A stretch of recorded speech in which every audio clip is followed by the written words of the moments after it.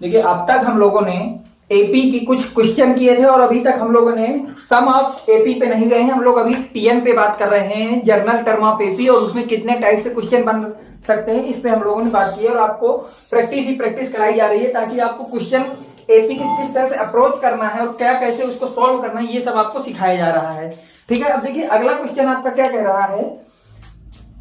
Subhash Roy started with work. एक कोई lady है जिसका नाम आपका सुभा रॉय है, सुभा रॉय, वो अपना वर्क स्टार्ट कर रही है 99 में। 1995 में वो अपना वर्क स्टार्ट करती, मतलब एक कंपनी में जाती है और काम स्टार्ट करती है करना कब भैया 1995 से। और जो उसकी एनुअल सैलरी है, एनुअल सैलरी का मतलब क्या है कि जो उसकी आपकी annual salary per year salary है, जो इसकी जो पर ईयर सैलरी है वो बोला गया है 5000 रुपीज है। कितना रुपीज है भैया 5000 रुपीज है।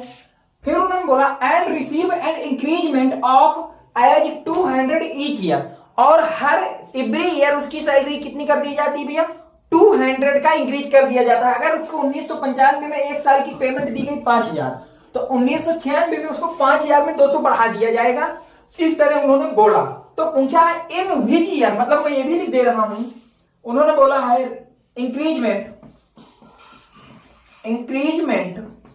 Of rupees 200 each year, every year में उसकी सैलरी में 200 रुपीज ऐड कर दिए जाते हैं।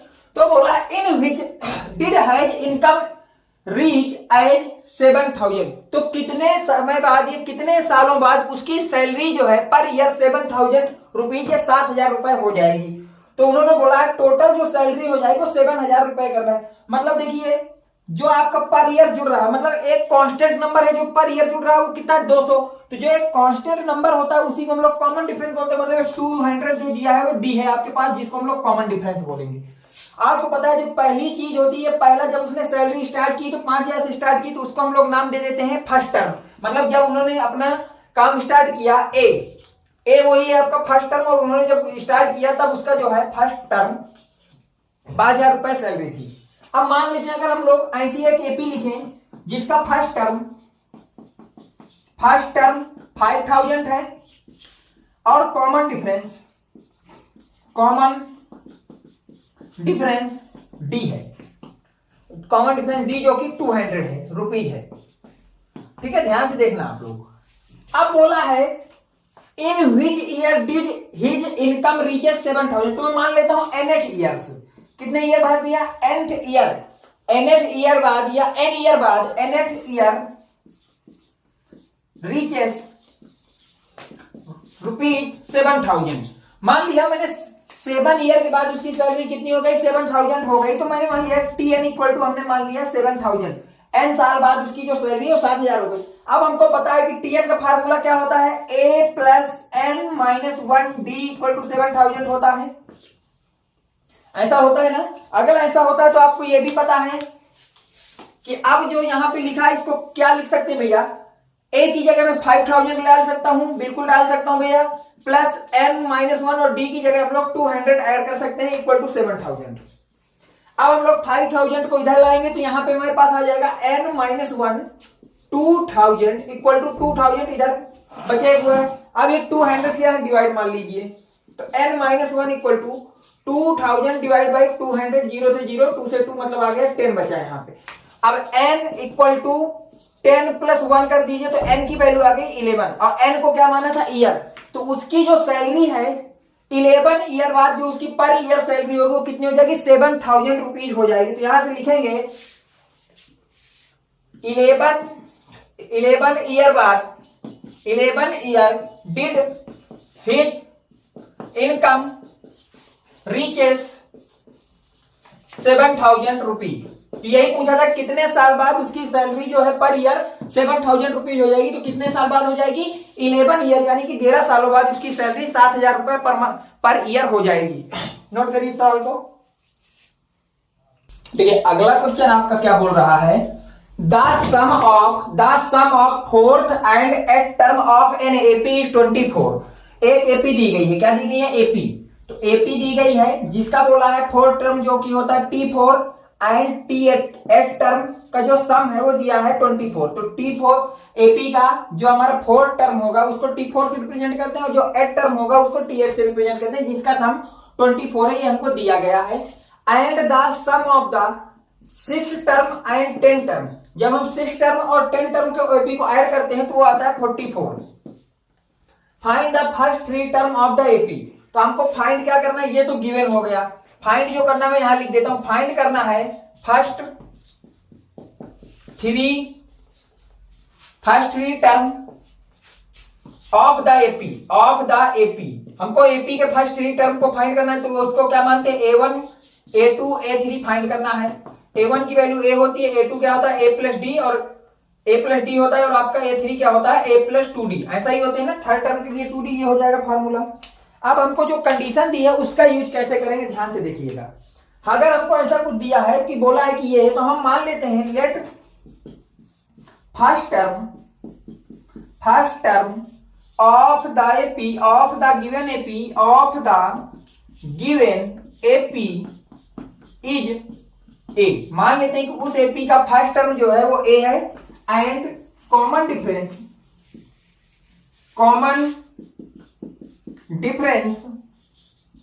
इन गिवन AP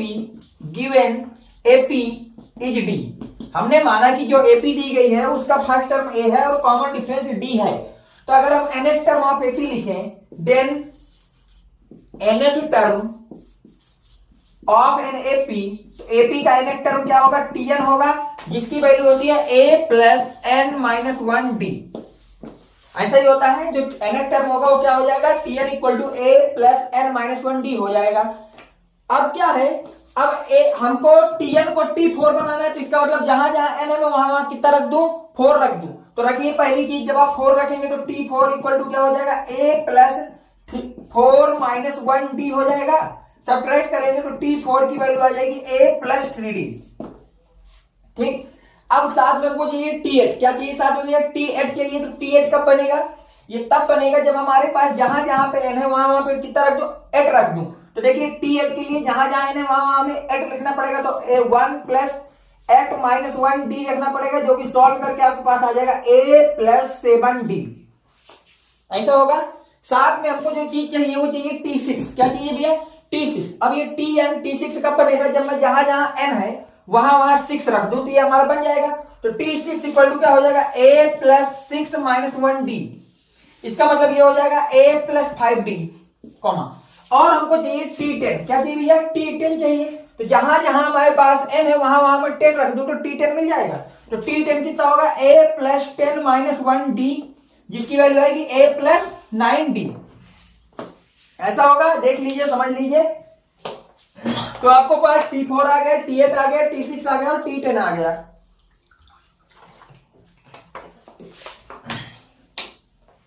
ठीक है, इसको थोड़ा नोट कर लीजिए, तो मैं थोड़ा रफ करता हूं यहां का, इसको नोट करिएगा, ठीक है। अब देखिए आपके पास T4, T8, T6 और T10 की वैल्यू आ गई, तो इन दोनों में रख देते हैं इक्वेशन में।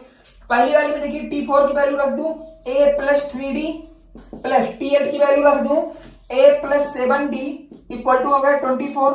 इसको सॉल्व करेंगे तो ये हो जाएगा A प्लस A हो जाएगा 2A प्लस 7D, और 3D हमारे पास हो जाएगा 10D इक्वल टू 24। ठीक है, यहाँ 2 अगर आप लोग कॉमन ले लेंगे तो यहाँ A plus 5D equal to 12 बचेगा। इसको नाम दे दीजिए इक्वेशन नंबर 1। इसी तरह अगली इक्वेशन में हमको दिया है T6 plus T10 equal to 44, value रख दीजिए। T6 कितना है, A प्लस 5D है, प्लस T10 कितना है, T10 है मेरे पास A plus 9D equal to 44।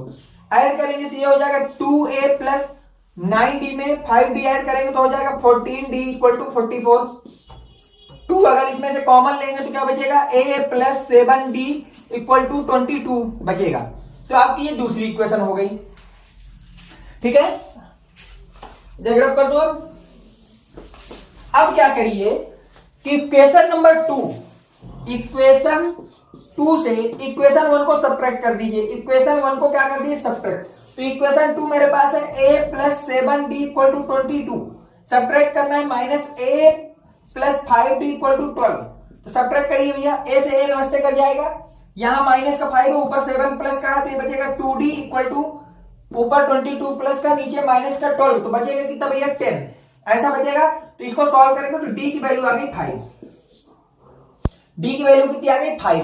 ठीक, अब क्या है, d को पुट कर दीजिए इक्वेशन 1 में या फिर इक्वेशन 2 में, किसी एक इक्वेशन में। तो यहां लिखते हैं put the value of d from equation 1। Equation 1 क्या है हमारे पास है, a plus 5d equal to 12, तो a प्लस 5 d की वैल्यू 5 रख देंगे इक्वल टू 12, तो a प्लस 25 इक्वल टू कितना आ जाएगा 12, तो a की वैल्यू आ जाएगी माइनस का 13। a की वैल्यू कितनी आ गई भैया, माइनस का 13 आ गई, तो a की वैल्यू हमें मिल गई माइनस का 13, तो a आ गया और d आ गया। अब फर्स्ट थ्री टर्म लिखने के लिए a और d ही चाहिए था, तो फर्स्ट टर्म तो हो गया माइनस का 13, नेक्स्ट टर्म क्या है a प्लस डी, तो a की जगह रख दिया माइनस 13 प्लस d की जगह रख दिया मैंने 5 और ऐड करके यहाँ पे कितना बन गया भैया, माइनस का 8 बच गया। अगला टर्म है a प्लस 2d, तो a की जगह रख दिया माइनस का 13 पर d की जगह रख दिया 5, 2 इंटू 5 जो कि बचेगा माइनस का 13 प्लस 10 जो कि है कितना -3। तो एपी के फर्स्ट थ्री टर्म क्या हो गए, -13, -8, -3। ठीक है, देख लीजिए जितनी कंडीशन दी थी उसको कितने आसानी से हमने लगाए और कितनी आसानी सॉल्व की। और एपी के सवाल में देखिए कोई कैलकुलेशन थोड़ा लेंदी होती है, मतलब थोड़ा सवाल आगे जाता है लेकिन इजी बहुत होते हैं आपके लिए। ठीक है, नोट करिए इसको। नेक्स्ट क्वेश्चन देखते हैं। ठीक है, अगला क्वेश्चन आपका कह रहा है Ramkali saved ₹5 in the first week of a year and then increase her weekly saving by ₹1.75 if in the nth week her weekly saving becomes ₹20.75 find n। बोला गया है कि रामकली किसी लेडीज का नाम है, तो रामकली क्या करती है, फर्स्ट वीक में जब आपका साल स्टार्ट होता है उसके फर्स्ट वीक में ₹5 को सेव करती है और हर वीक यानी कि एवरी वीक में उसमें ₹1.75 और ऐड करती जाती है, मतलब बढ़ाती जाती है इन द nth वीक। और ये काम वो लगभग nth वीक तक करती है, तो उसका nth वीक के बाद जो टोटल आपको वो सेव कर रही थी वो इनकम हो जाती 20.75। कितनी हो जाती, 20.75 हो जाती। तो पूछा है वो कितने वीक तक अपना जो रुपया है वो डालती रही। रामकली एक लेडीज है जो अपने लिए सेविंग कर रही है। क्या कर रही है भैया, सेविंग कर रही है। पहले वीक में वो ₹5 अपने लिए डालती, मान लीजिए एक गोला का उसमें ₹5 डाला और हर वीक में उसमें ₹1.75 और ऐड करती जाती। पहले 5 डाला, फिर उसने 1.75 डाल दिया, फिर उसने 1.75 अगले वीक में डाल दिया। तो ऐसा काम वो nth वीक तक करती रही। कब तक करती रही, nth वीक तक। फिर उसने उस गुल्लक को फोड़ दिया, तो जब फोड़ा तो nth वीक बाद देखा तो उसका जो टोटल रुपया हुआ है 20.75। तो आपसे पूछा गया है कि ये nth वीक तक जो काम हुआ वो कितने वीक तक हुआ, n की वैल्यू बता दीजिए।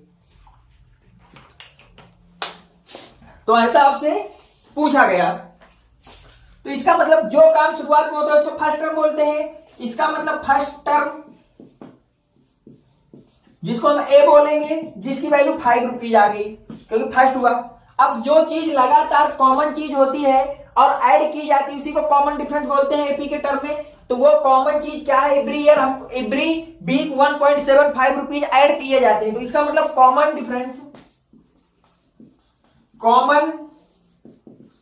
डिफरेंस आ गया मेरे पास 1.75 जिसको डी से रिप्रेजेंट करते हैं। तो nth वीक तक उसने एक सैलरी को सेव किया, तो nth का मतलब होता है TN की उन्होंने वैल्यू दे दी 20.75। nth वीक तक अगर nth वीक में उसके पास पेमेंट कितना होगा, nth वीक तक उसने ऐड किया, nth वीक तक क्या किया उसने, इसको आपका nth वीक तक इसको इकट्ठा किया। तो पूछा है nth वीक में सेविंग बिकम, जो उसकी सेविंग हो जाती है 20.75। कितनी हो जाती है, 20.75 हो जाती है। तो पूछा है उस n की वैल्यू आप हमको बता दीजिए। किसकी वैल्यू पूछा भैया, n की। तो TN के लिए फार्मूला क्या खोल देंगे, a प्लस n-1d खोलेंगे इक्वल टू 20.75, ये खुलेगा। अब जो उसका वीक के बाद जो सेविंग हो गई वो 20 थी, कोई बात नहीं। तो जब इतना किया वीकली हर सेविंग बिकम्स इतने रुपीज, सेविंग बिकम्स इतने रुपीज। ठीक है, तो आपने ए की जगह रख दिया 5 प्लस n-1 और डी की जगह रख दिया 1.75 इक्वल टू 20.75। 5 को उधर भेज देंगे तो यहां बचेगा n-1 1.75 इक्वल टू 5 को उधर भेजने बचेगा 15.75। n माइनस 1 15.75 को डिवाइड मारते हैं 1.75 से, इसे डिवाइड कर देंगे। अब इसको देख लीजिए, सॉल्व कर लेना, कितना आ रहा है ये 10 टाइम्स का करके देख लीजिए, 10 टाइम्स करिए कितना आएगा, 10 टाइम्स में आ जाएगा 70। ठीक है, तो इसको करके देखिए कितना आ जाएगा, 10 टाइम्स में जाएगा इतना, तो 9 का मल्टीप्लाई, हाँ 9 टाइम्स चला जाएगा, कितने टाइम जाएगा भैया 9 टाइम्स, तो n माइनस 1 इक्वल टू आ गया 9, कितना आ गया भैया 9 आ गया। तो यहां से आपको n इक्वल टू कितना आ गया 9 प्लस 1, n इक्वल टू कितना आ गया 10, कितना आ गया भैया 10।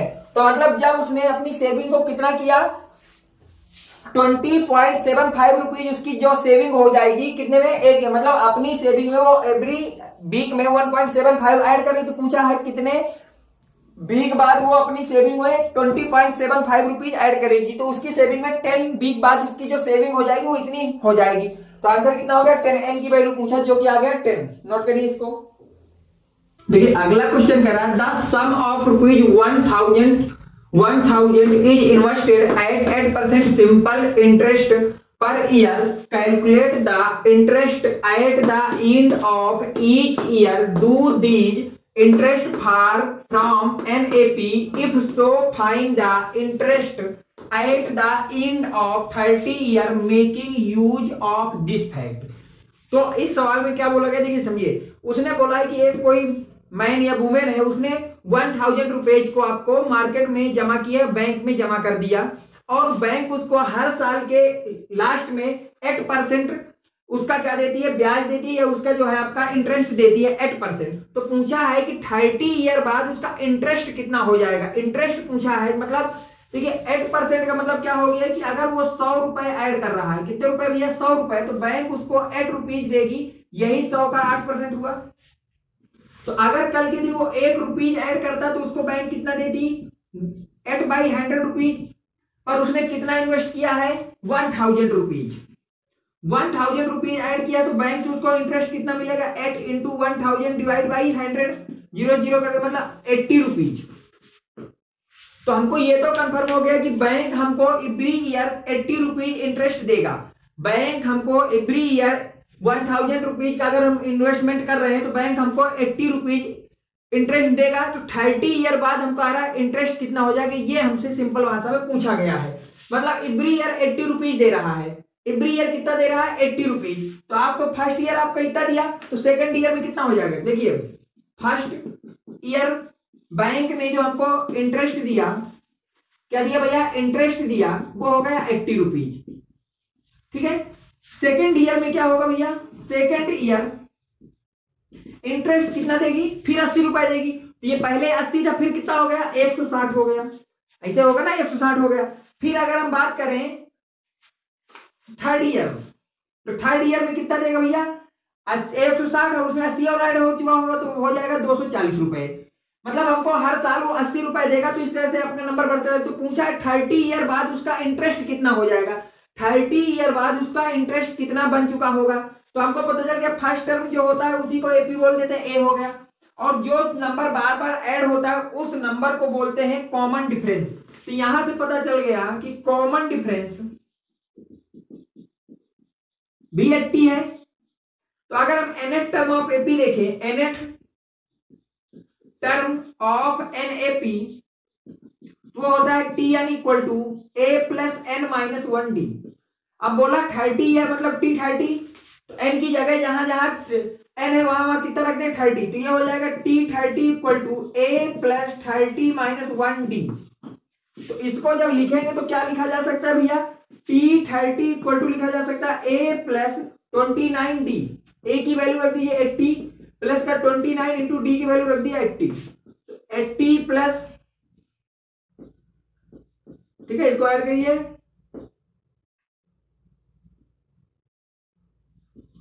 कितना आ गया भैया 2400 रुपीज आ गया। कितना रुपए आ गया 2400 रुपीज आ गया। तो मतलब जो 30 ईयर बाद बैंक उसको इंटरेस्ट देगी वो कितना देगी 2400 रुपीज देगी, 2400 रुपीज देगी। तो क्या लिखेंगे, सो द इंटरेस्ट, ऐसे तो लिखा जाएगा, so the interest at the end, so the interest at the end of 30 year will be, at 30 year will be कितना होगा भैया 2400 रुपीज। ये आपका आंसर हो गया। पूछा था कि 30 ईयर जो होगा 30 साल बाद उसका इंटरेस्ट कितना हो जाएगा, तो इंटरेस्ट हो जाएगा 2400 रुपए बैंक को उसको देना पड़ेगा। नोट करिए इसको।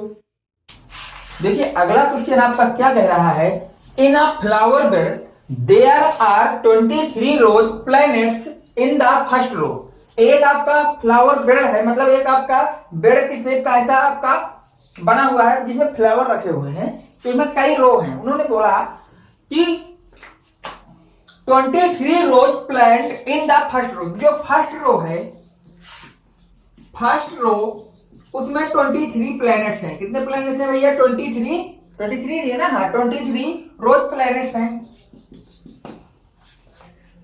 21 इन द सेकेंड रो, और जो सेकेंड रो है, सेकेंड रो उसमें आपके पास 21 प्लैनेट्स हैं। और थर्ड रो में बोला गया है 19 प्लैनेट्स हैं। कितने हैं भैया 19 प्लैनेट्स हैं। थर्ड रो में आपके पास 19 प्लैनेट्स हैं। ध्यान से सुनना, there are 5 rose planets in the last row. और जो लास्ट रो है उसमें केवल 5 प्लैनेट्स हैं रोज के। तो पूछा गया how many rose are there in the flower bed.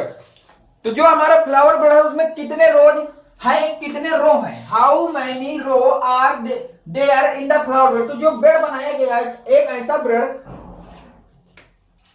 Bed जिसमें पहले रो में 23 प्लैनेट्स हैं, सेकेंड रो में 21 प्लैनेट्स हैं और थर्ड रो में 19 प्लैनेट्स हैं। इस तरह से आपके रो में रखे गए हैं और लास्ट रो में 5 प्लैनेट्स बचे हैं। तो पूछा गया है how many row will be form, कितनी रो हैं, इतना पूछा गया है। तो देखिए अगर ये फर्स्ट रो है तो इसको हम मान लेते हैं फर्स्ट टर्म। क्या मान लेते हैं भैया फर्स्ट टर्म मान लेते हैं और इसको ए के इक्वल मान लेते हैं। तो ए की वैल्यू आ गई 23 और इसको बोल देते हैं सेकंड टर्म, सेकंड टर्म तो उसकी वैल्यू आ गई A2।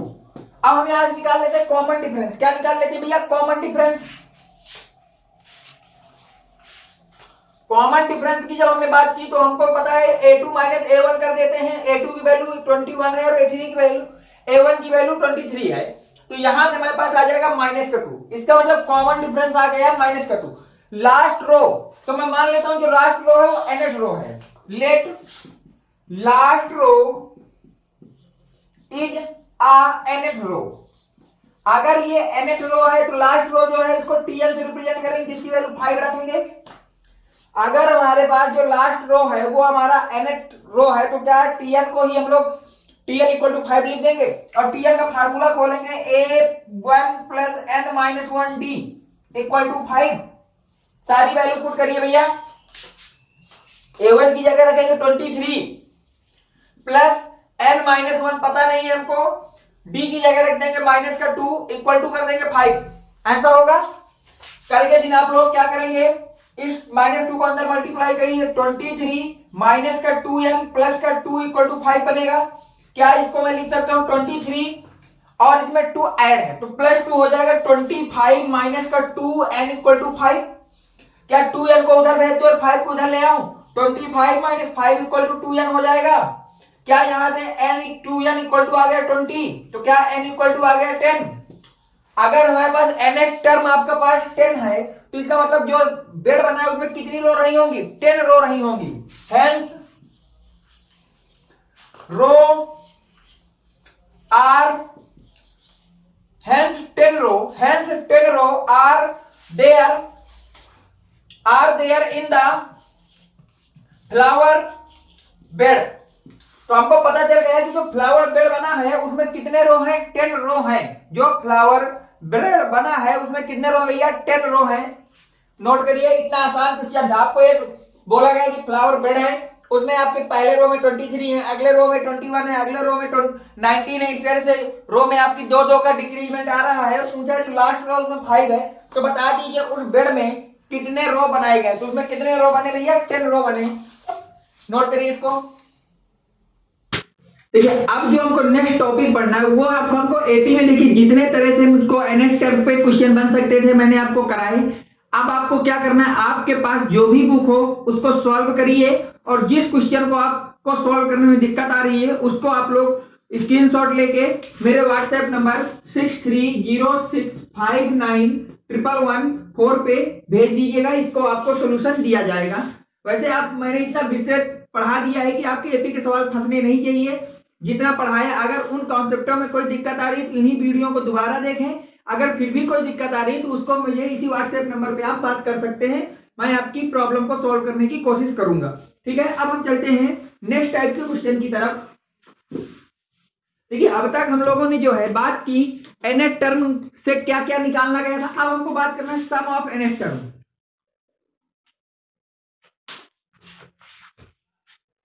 किसकी बात करना है भैया? Sum of nth term of AP की बात करना है। तो इसको सबसे पहले आपको ये पता होगी कि एसएन से रिप्रेजेंट करते हैं। किससे रिप्रेजेंट करते हैं भैया? एसएन से रिप्रेजेंट करते हैं। और एसएन का जो मतलब होता है वो होता है sum of first n term of an AP.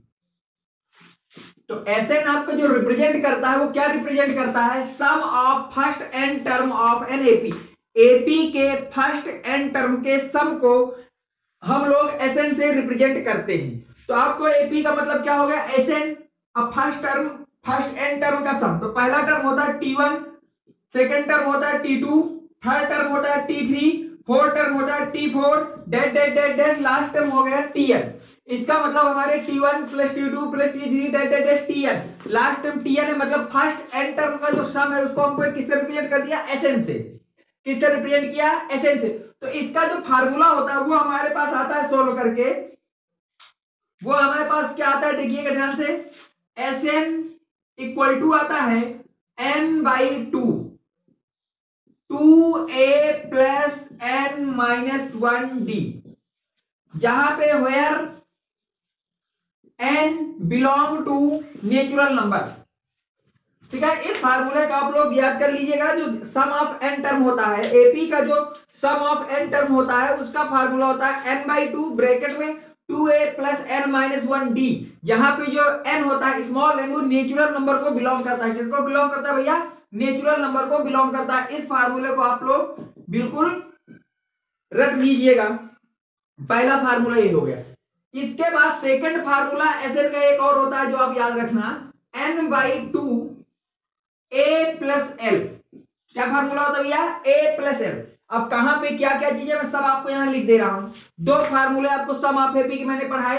एक पढ़ाया Sn equal to n/2 2a plus n-1d, और दूसरा फार्मूला पढ़ाया n/2 a प्लस एल।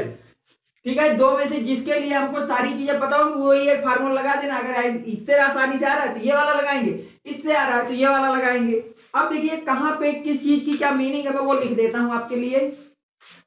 तो जो आपका n है, स्मॉल n है, उसका मतलब है number of term of given AP. जो एपी दी गई है उसमें कितने टर्म है वो आपको स्मॉल n है, number of term of A given AP. जो स्मॉल a है उसका मतलब होता है first term of an AP, first term of an AP. जो यहां पे हमारे पास d है, d का मतलब होता है common difference in a given AP. जो एपी दी गई है उसका क्या है भैया? कॉमन डिफरेंस है। और आपके पास यहां पे एल एक चीज आ गया। एल का मतलब होता है टीएन से। टीएन का मतलब होता है last term of given AP. जो गिवन एपी है उसका जो लास्ट टर्म होगा उसको हम लोग एल से या टीएन से रिप्रेजेंट करते हैं। इसका मतलब क्या हो गया? एल का मतलब है last term of an given AP. ठीक भैया, इसको नोट करिए। इसके बाद में इस फार्मूले का आपको प्रूव करा के दिखा देता हूं। ये आया कैसे प्रूव कर देता हूं। ठीक, ये आपका टर्म लिख जाए कि n का मीनिंग क्या है, a का मीनिंग क्या है, d का मीनिंग क्या है और l का मीनिंग क्या है। ये सारी चीजें आपको कंफर्म हो गई। ठीक, इसको हटा दो और इसकी मैं प्रूफ की तरफ चलता हूं। ठीक भैया,